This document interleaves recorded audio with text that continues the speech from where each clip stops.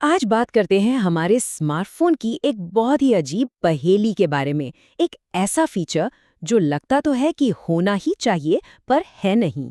सोचिए, हम सब कहीं ना कहीं पब्लिक वाईफाई तो इस्तेमाल करते ही हैं, है ना? तो ये सवाल बहुत ज़रूरी हो जाता है कि पूरी सिक्योरिटी के लिए हमारे फ़ोन में बस एक बटन क्यों नहीं है? तो इस पूरी गुत्थी को सुलझाने के लिए सबसे पहले ये समझना होगा कि आखिर ये वीपीएन है क्या चीज़। देखिए, ये सिर्फ कोई ऐप नहीं है, ये तो एक बहुत बड़ा बुनियादी बदलाव है इस बात में कि आपका फ़ोन इंटरनेट से कनेक्ट कैसे होता है। और यहाँ बात और भी दिलचस्प हो जाती है। असल में फ़ोन का जो ऑपरेटिंग सिस्टम है, चाहे वो एंड्रॉयड हो या आईओएस, वो ये काम पहले से ही कर सकता है। मतलब टेक्नोलॉजी की तो कोई प्रॉब्लम है ही नहीं। तो सवाल ये है कि अगर टेक्नोलॉजी रुकावट नहीं है, तो फिर क्या है? भाई, असली वजह तो पैसा, पावर और स्ट्रैटेजी का एक बहुत गहरा खेल है। चलिए सबसे पहले और सबसे सीधी वजह से शुरू करते हैं, और वो है जबरदस्त खर्चा। जरा सोचिए, अगर किसी टेक कंपनी को अपने सारे यूजर्स को एक मुफ्त हाई स्पीड वीपीएन सर्विस देनी हो, तो उसे पूरी दुनिया में सर्वर का एक जाल बिछाना पड़ेगा, और इसको चलाने का सालाना खर्च अरबों डॉलर या कहीं तो सैकड़ों अरब येन तक पहुंच जाएगा। कोई छोटा मोटा अमाउंट नहीं है ये। अब आते हैं इस पहेली के दूसरे हिस्से पर और देखते हैं कि कैसे ये एक छोटा सा फीचर दुनिया भर की सरकारों से सीधी टक्कर ले सकता है। देखिए, अगर फ़ोन में डिफ़ॉल्ट हमेशा ऑन वीपीएन हो, तो यूज़र का गुमनाम रहना और कहीं भी किसी से भी बात करना एक आम बात, एक स्टैंडर्ड बन जाएगा। और ये उन देशों के लिए बहुत बड़ी मुसीबत है जिनकी पूरी व्यवस्था ही निगरानी और सेंसरशिप पर टिकी है। चीन और रूस जैसे देशों को ही देख लीजिए। वहाँ वीपीएन पर या तो बहुत कड़े नियम हैं या फिर वो बैन ही हैं। अब ऐसे में अगर कोई कंपनी इसे ऑपरेटिंग सिस्टम का ही एक डिफ़ॉल्ट फीचर बना दे, तो जाहिर है उन पर सरकार का सीधा दबाव पड़ेगा। चलिए अब बात करते हैं तीसरी वजह की, और ये वजह इन बड़ी बड़ी टेक कंपनियों के बिजनेस मॉडल की जड़ पर ही हमला करती है। यहीं पर असली पेंच है। आज की पूरी स्मार्टफोन इकोनॉमी चलती किस पर है?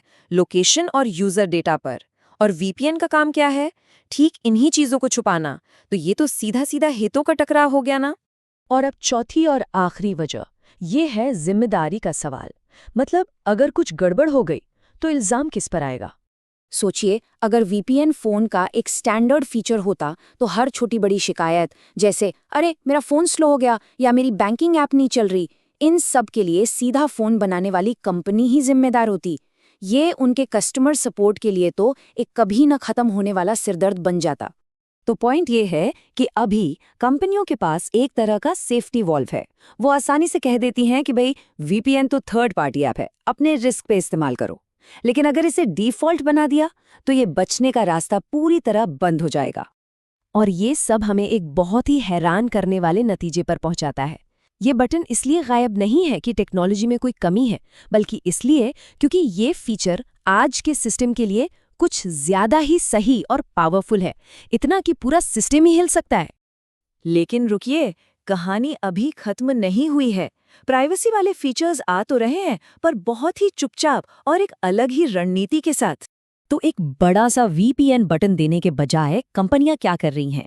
वो धीरे धीरे वीपीएन के जो मेन काम है, उन्हें ऑपरेटिंग सिस्टम का ही हिस्सा बना रही हैं, और फिर उन्हें प्राइवेट रिले जैसे नए नए नाम दे रही हैं।